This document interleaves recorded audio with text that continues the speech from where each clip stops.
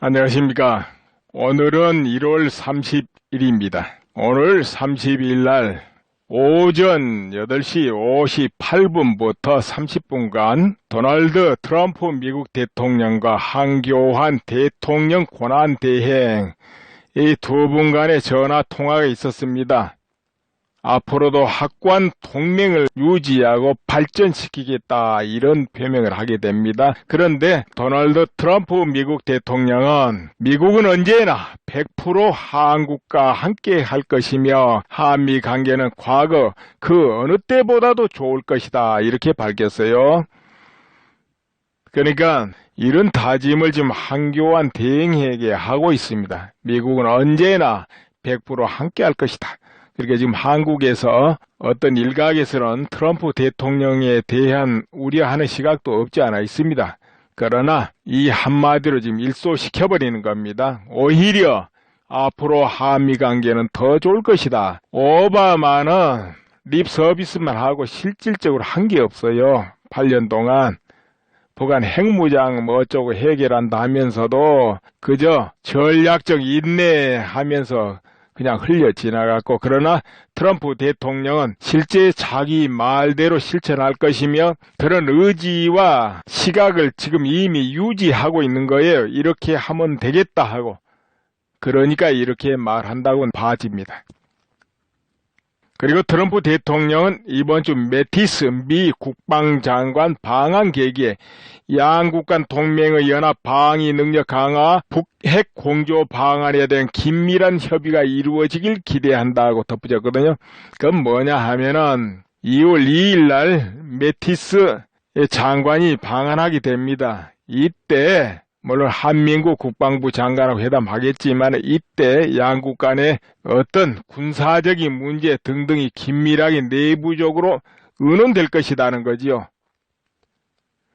그러니까 지금 트럼프 대통령 밑에 매티스 국방부 장관, 이게 굉장히 중요합니다. 이분이 제1차적으로 한국에 왔다는 거. 이것이 의미 부여를 해도 될 것이다. 이렇게 봅니다. 그러니까 와서 긴밀하게 의논하겠죠. 전화로야 긴밀하게 못하는 것이고요. 그리고 또 황권한 대행이 북한 핵미사일 능력을 계속 고도화하면서 위협을 높여가고 있는 엄중한 상황임에 따라 한미 간 긴밀한 공조와 국제사회와의 협력에 기반한 확고한 대응을 통해 북한의 셈법을 바꾸어 나가야 할 것이라 이렇게 이제 짚었는데, 이에 트럼프 대통령 공감하면서 미국은 북한 문제에 있어서도 100% 한국과 함께 할 것이다 이렇게 재차 또 강조를 했습니다. 그래서 앞으로 양국 강요는 양국 강요 등 관계 당국 간 북한 핵미사일 대응 전략 등에 대해 계속 긴밀하게 협의해 나간다는데 서로 일치를 본 겁니다. 그리고 사드 문제, 고고도 미사일 방어 체계죠. 이것 배치도 가급적 조기에 배치한다는데 의견을 같이 했어요. 중국이나 어디 반발을 하지만 무시하겠다 이거죠.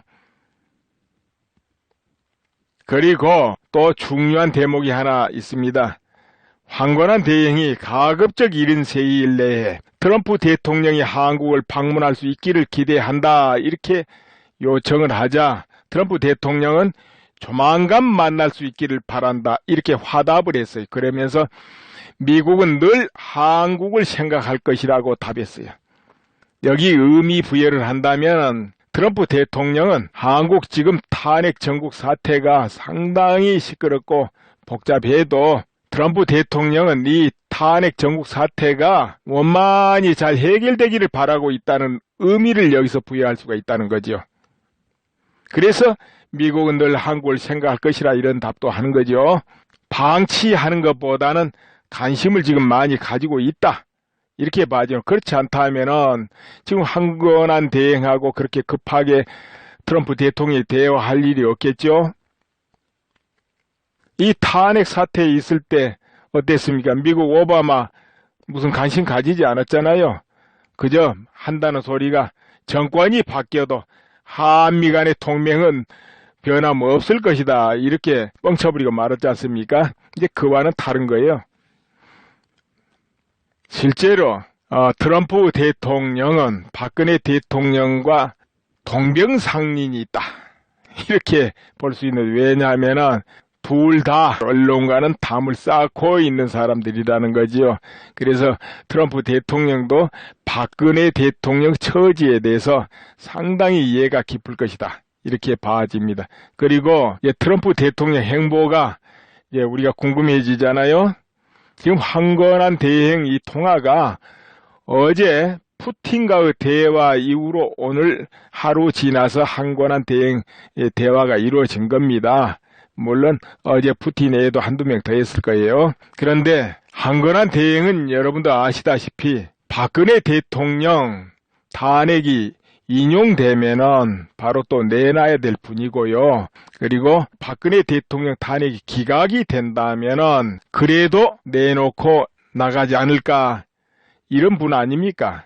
그런데 두 사람 간의 대화를 하고 방안까지 이야기한다. 이것은 상당히 의미가 있다는 거. 이 정도 여러분이 이해를 해 놓으시면 될 것 같습니다. 트럼프로부터 오는 소식을 잘 눈여겨봐야 된다는 거죠. 어느 측면으로 탄핵 이 사태도 상당한 영향을 미치리라 봐집니다. 그리고 북한 핵 문제는 일단 중국을 어느 정도 관리해야만 가능합니다. 왜 그렇겠습니까? 중국이 지금까지 북한의 뒷배를 봐줬기 때문에 북한의 핵무장이 저렇게 완료돼 가는 것입니다. 앞으로는 막는 척하고 뒤로는 열어줬기 때문에 이제 트럼프가 그것을 용납하지 않는 그 솜씨를 아마 보여줄 것이고 우리는 구경하게 될 거예요. 하나의 중국을 인정해야 될 필요는 모르겠다. 이제 이런 말을 하면서 이미 대만 카드를 들었다 놨다 하고 있지 않습니까? 그리고 최종에 가서는 한국과 일본의 핵무장용인 이런 카드도 사용할 수 있고 하기 때문에 또 중국 기업을 제재한다. 트럼프가 제재한다면 분명하게 할 거예요. 오바마 같이 하는지 마는지, 술에 물을 탔는지 물에 술 탔는지 모르게 이렇게는 안 하고, 그래서 중국이 아무리 그래도 한 수는 양보해야 될 것이다. 네, 그렇게 봅니다. 그렇게 된 후에 트럼프가 반드시 북한의 핵을 요리할 것이다. 나는 그렇게 보고, 그렇게 될 때 한국에도 지대한 변화가 일어날 수밖에 없을 것이다. 그거는 우리가 앞으로 이제 기대를 하고 지켜봐야 대목입니다. 네, 그럼 다시 이어갑니다. 탄기국, 태극기 집회를 주최하는 곳이 탄기국이죠. 홈페이지는 박사모 카페 홈페이지를 사용하고 있어요. 보니까. 그래서 소식은 보니까 박사모 카페에 들어가면 거기가 떠 있네요. 근데 거기 JTBC 손석희 씨를 형사고소하고 집단 소송을 한다. 이렇게 이제 공지가 돼 있어요. 그런데 여기에 보면 손석희 집단 소송 해가지고 확인서죠. 이걸 다운받아 가지고 간단히 몇 자 적고 도장 찍어 가지고 팩스로 보내고, 그리고 각자 2,200원 소송비를 또 계좌로 보내라. 이렇게 돼 있네요. 2월 4일날 태극기 집회가 토요일날 있지 않겠습니까? 시청 앞에서. 그러면은 그때 또 대대적으로 아마 소송 참여자에게 이런 용기를 나눠주겠지요. 그런데 탄기국 대변인 정강용 씨가 그런 말을 했죠. 언론에서 계속 오보하고 왜곡 축소 보도를 하면, 그러니까 태극기 집회 같은 경우 축소 보도를 이제 고의적으로 한다든지 폄하 이런 걸 하게 되면은 소송을 하겠다, 이런 말을 한 적이 있습니다. 그러니까 그게 결국은 또 그 참여자에 의한 집단 소송이 되겠죠. 그런데 그때 소송할 때 언론사를 대상으로 안 하고 그 기자를 대상으로 소송하겠다, 이런 것 같죠. 그리고 이 들려오는 거 보면은 시청에서 아마 탄기구에서 설치하는 텐트를 걷어내려고 하는 것 같아요. 치우려고. 그런데 타기국에서는 왜 우리 텐트만 치울까 보냐. 치우려면 저쪽에 있는 다른 텐트도 치워다오 이렇게 하는 것 같아요. 근데 그거 불구하고 타기국 텐트만 치우려 하면 그때는 이제 형평성이 어긋나게 되는 거겠죠. 그럼 그것도 혹시 또 타기국에서 집단 소송할란지도 모르겠네요. 시장을 상대로. 지금 그렇게 돼 있다는 것을 알려드리고요. 네, 그럼 다시 이어갑니다. 근데 이 탄핵 정구 요 부분을 한번 우리가 살펴볼 부분이 뭐가 있냐. 여러 문제가 예상 밖이었다 이거죠. 뭐가 예상 밖이냐. 이 탄핵 사태를 주도한 세력들이 볼 때는 상당히 예상 밖의 일이 많이 생겼다는 거죠. 그중 하나가 태극기 집회입니다. 역대로 시위하면 노조가 대대적으로 시위를 한다든지 그런 시위는 우리 국민들이 익히 많이 봐와서 익숙합니다. 그러나 근자의 보수 단체들이 대대적인 시위한 경우는 거의 아마 없을 거예요. 그야말로 시위하는 것도 잊어버리고 할 줄도 모른다 할 정도로 이제 한다 해도 단순하게 몇 명이 가서 항의하고 이런 시위는 간혹 있어도 대대적인 시위는 한 번도 요 근자에는 해본 적도 없잖아요. 국민이 못 봤어요. 그러니까는 시위하면은 아무래도 촛불 쪽 시위는 익숙해도 태극기 쪽 시위는 익숙하지 않습니다. 그런데 태극기 집회 시위가 대대적으로 커지고 또 커져가니까 이것이 예상 밖이다 이 말이에요. 생각 밖이다. 그리고 또 하나 정치권이든 남보다 형세하고 권세가 있는 분, 여러 일을 하는 분들은 털고 털면 먼지 안 나는 사람이 없다. 예로부터 그런 말 많이 했습니다. 검찰에서 마음 먹고 털어대면 작게 크게 다 걸린다는 거죠. 그런데 일반 서민들도 털어대면 걸리는 경우가 많이 생길 겁니다. 서민들도. 그런데 검찰, 특검 등이 지금 2달, 3달 동안 정말로 세밀하게 수사를 하고 털고 또 털었죠. 박근혜 대통령. 그런데 지금까지 뚜렷한 게 단 한 가지도 안 나왔다는 거지, 아직까지는. 말은 뇌물 많아서 단 이론도 나온 게 없다는 거죠, 문제는. 이런 경우는 정말 드물지 않겠냐. 이게 예상 밖이라는 거죠. 제가 볼 때. 아마 그들도 털면 뭔가는 걸릴 것이다 이렇게 생각했을란지 모르겠는데 안 나와버렸다는 거죠. 이제 우리 헌법에는 형평성이라는 게 있는데 이렇게 박근혜 대통령을 털듯이 최서원을 털듯이 수사를 한다면은 역대 대통령뿐만 아니라 정치권 또 미래의 대통령까지 누구 하나 안 걸릴 사람이 없을 것이다. 나는 그렇게 봐집니다.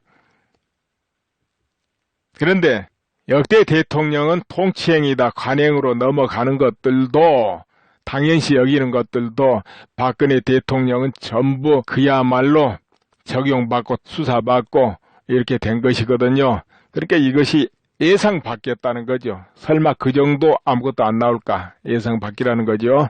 네, 이런 거. 그리고 또 한 가지. 언론 보도에 의해서 그 바람에 밀리면서 민이란 이름에 밀리면서 국회에서 탄핵을 단행했습니다. 탄핵 소추를 했어요. 뭐 여론도 다 우리 편이다 하고 탄핵 소추를 했는데 막상 해놓고 보니까 뚜렷한 게 없잖아요. 그래서는 지금 탄핵을 하고 죄를 찾는 그런 형국이 펼쳐지다 보니까 참 이것도 예상 밖이 됐다는 거죠. 예상 밖. 그래서 권성동 탄핵 소추위원장이 중도에 소추안을 재작성하게 되지 않습니까? 공소장 제작성하고 뭐 다를 바 없다. 괜찮다 하고. 그런데 이제 반론이 만만치 않아요. 공소장 제작성은 검찰이 혼자서 자기 수사한 거 그 조금 보강하고 이런 거 아닙니까? 그런데 이 탄핵 소추안 제작성은 전혀 다르지요? 뭐가 다릅니까? 헌법 위반 5가지 그리고 법률 위반 8가지를 국회에서 300명이 다 떠들러 보고 거기 제목, 제명 다 보고 그것을 종합해가지고 탄핵 소추안을 가결시켰지 않습니까? 그렇죠? 근데 권성동 소추위원장은 뭐냐면 단순하게 대리인이에요, 대리인. 대리인이 그걸 임의로 고친다는 게 조금 안 맞다는 거죠. 그러니까 거기서 제목을 빼고 뭘 하려면 뺀 상태에서 다시 재의결을 받아야 된다는 거죠. 국회에서 재의결을 해야 된다는 거죠. 왜? 처음에 가결을 할 때는 그 제명 그런 거 다 포함하고 그걸 포함해서 가결했기 때문에. 그런데 이것이 또 헌법재판소에서 받아들여지니까 또 앞으로 쭉 진행한다는 거 아닙니까? 이런 것이 참 예상 밖이디요. 예상 밖. 그리고 이어서 박한철 소장 31일 퇴임입니다. 이분이 늦어도 3월 13일까지는 끝나야 된다. 이런 식의 발언을 해가지고 시끌시끌했습니다. 박근혜 대통령 측 변호인단은 거기에 대해서 상당한 반발을 했어요. 왜 시한을 정한 듯 하니까.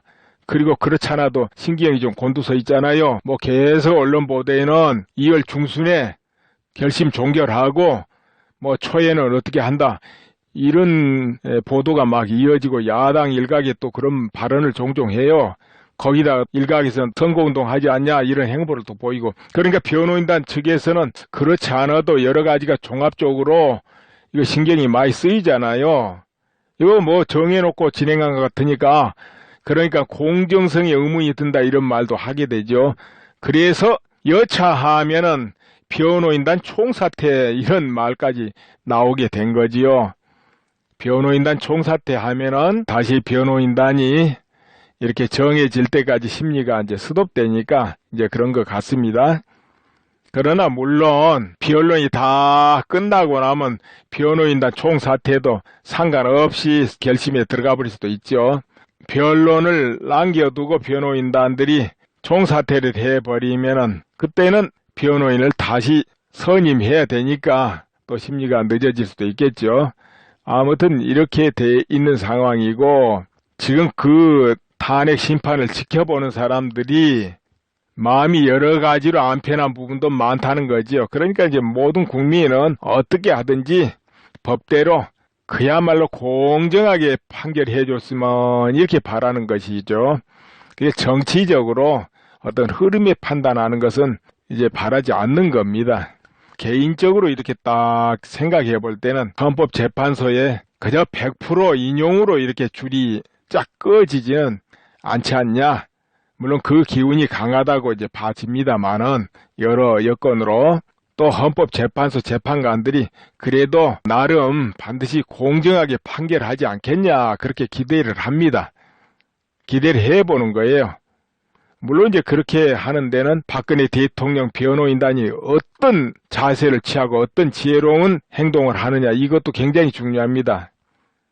그리고 민의를 아무래도 지금 보는 것 같으니까 지금 헌법재판소 재판관들이 민의를 많이 의식하는 것 같아요. 그러니까 촛불 집회나 태극기 집회의 그 성향, 크기, 활동 이런 거에 따라서 또 영향을 받을 수 있다. 이제 이런 부분이 있습니다. 아직은 확고하게 한쪽으로 정해진 건 아니다. 이렇게 보기 때문에 기각이 될 수도 있다. 이렇게 이제 보는 것이고. 그리고 정말 세밀하게 더 증인을 세워서 증언을 들어보고 심리를 더 분명하게 하고 그러면 좋겠다 이거죠. 그러면은 그 과정에서 국민들이 모두 관찰하고 보고 하면서 마음이 정해진다는 거죠. 아, 저거는 기각이겠다, 인용이겠다. 이렇게 받아들일 준비가 돼요, 국민들이. 그러면은 그 인용 기각 판결을 하고도 혼란이 없거나 적어진다는 것이죠. 그래서 조기 판결보다는 천천히 판결을 해야 된다는 거죠. 3월을 넘어가면서 훌쩍. 그렇게 해야 국가 안보에도 도움이 된다. 나는 그렇게 주장하고 또 그렇게 하면은 헌법재판관들이 판결하고 나서도 뒤에 후폭풍이 적을 거니까 더 안 좋겠냐. 마음이 더 편할 것이다.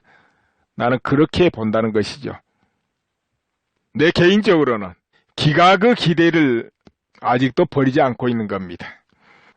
또 이어집니다. 2월 2일 특검에서 청와대 압수수색을 할 것이다. 이런 보도가 있었죠. 그런데 원래 대통령은 외환 내란죄를 범하기 전에는 형사소추를 하지 못한다고 되어 있지요.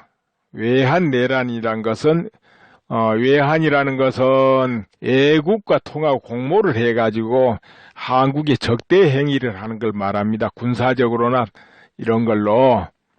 그러니까 한마디로 외국을 끌어들여서 한국을 공격하는 거예요. 이게 외환죄입니다. 근데 내란죄는 건 뭐냐? 흔히 친이 구했다 이런 것도 내란죄에 속하지요.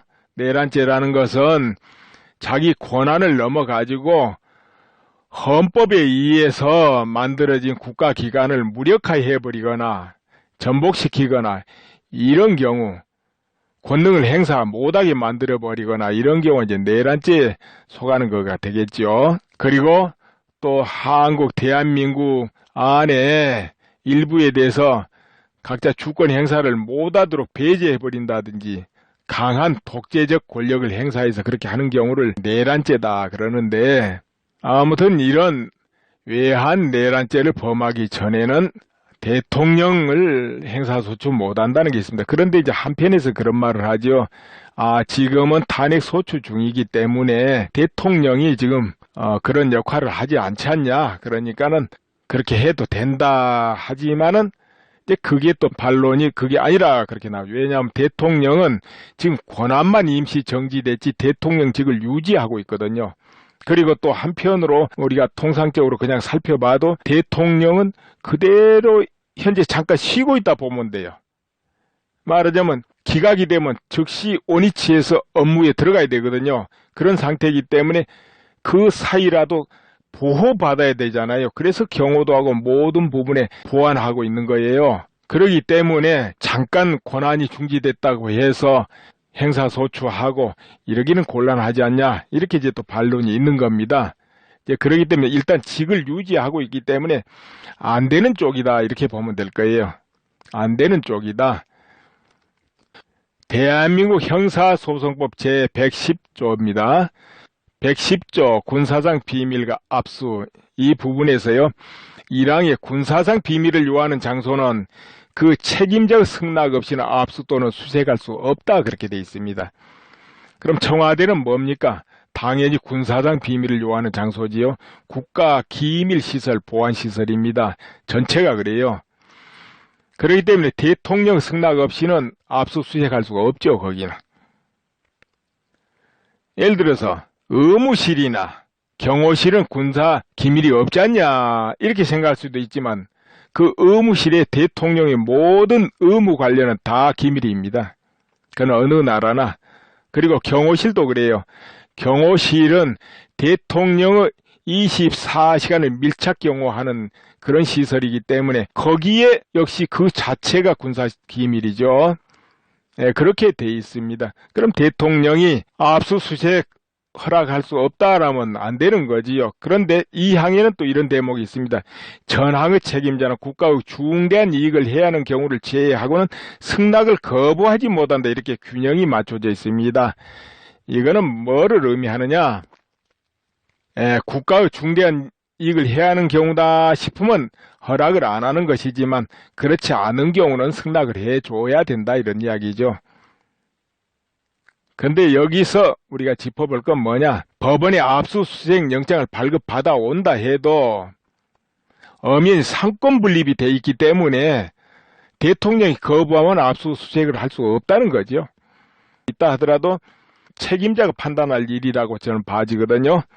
아무튼 이렇게 돼가지고 청와대에서 어떻게 할지 그건 두고 봐야 되겠고요. 제가 이런 형국을 비유를 해본다면은 박근혜 대통령은 청와대라는 성체에 고립돼 있고 주변으로 수많은 적들이 포위하고 있는 형국이다. 이렇게 비유할 수 있습니다. 그러면 밖에 적들이 문을 열어라. 아니면 좀 나와라.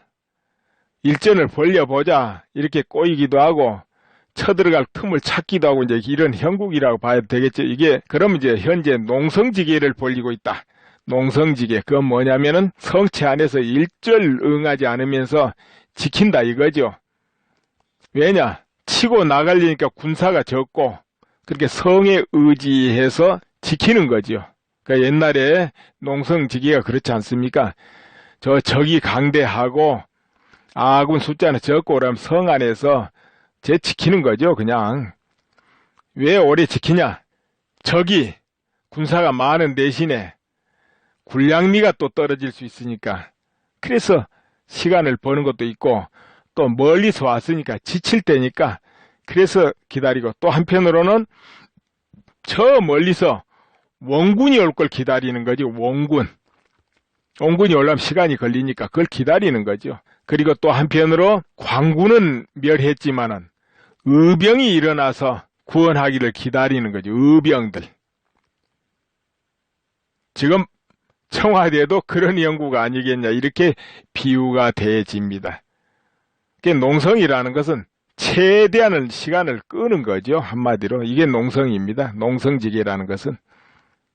일단 우리가 예측해 볼 때 지금 특검은 한 2달간 숨가쁘게 열심히 수사를 해왔어요. 최선을 나름대로 다 했겠죠. 그러다 보니까 강압수사다, 인권유린이다, 직권남용이다, 그런 말도 들어가면서, 물론 특검에서야 부정하죠, 그거. 그런 말도 들어가면서 또 그런 고발도 당해가면서 달려온 거거든요. 그런데 앞으로 한 달 정도밖에 기한이 없습니다. 특검 활동을 할 기한이. 그러다 보니까 많이 바쁘지 않습니까? 그럼 이제 마무리를 지어야 되는데, 그럼 대통령을 수사하고 마무리를 지을 수 있죠. 죄가 있다든지 없다든지 일단 꾸밀 수는 있잖아요, 마무리란 거는.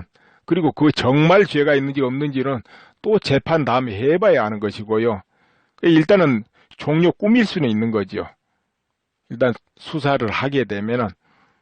어찌됐든 그렇게 종결을 하면 헌법재판소에서도 또 나름대로 2월에 탄핵 심판을 또 종결하는 계기도 될 수도 있을 것 같아요. 아무튼. 그런데 청와대 측에서 또 응하지 안 해버릴 수도 있죠, 전혀. 그 스케줄대로 따라가기 싫다 하고는 응하지 않을 수도 있죠. 그저 문서상으로 답변할게 이렇게 할 수도 있고. 그리고 알려드리겠습니다. 유튜브 화면을 보시게 되면은 화면 아래 올린 사람 이름이 나오죠. 음악 게임이라고 그거 나옵니다. 거기를 누르면은 뭐가 나오느냐? 홈이 나옵니다. 일종 홈페이지겠죠. 홈이 나오고 홈자 옆에 동영상 이 글자가 있습니다. 그럼 동영상을 누르면은 어떻게 되느냐? 지금까지 월드미래판 연구소에서 올린 영상들이 전부 차례대로 떠 있습니다.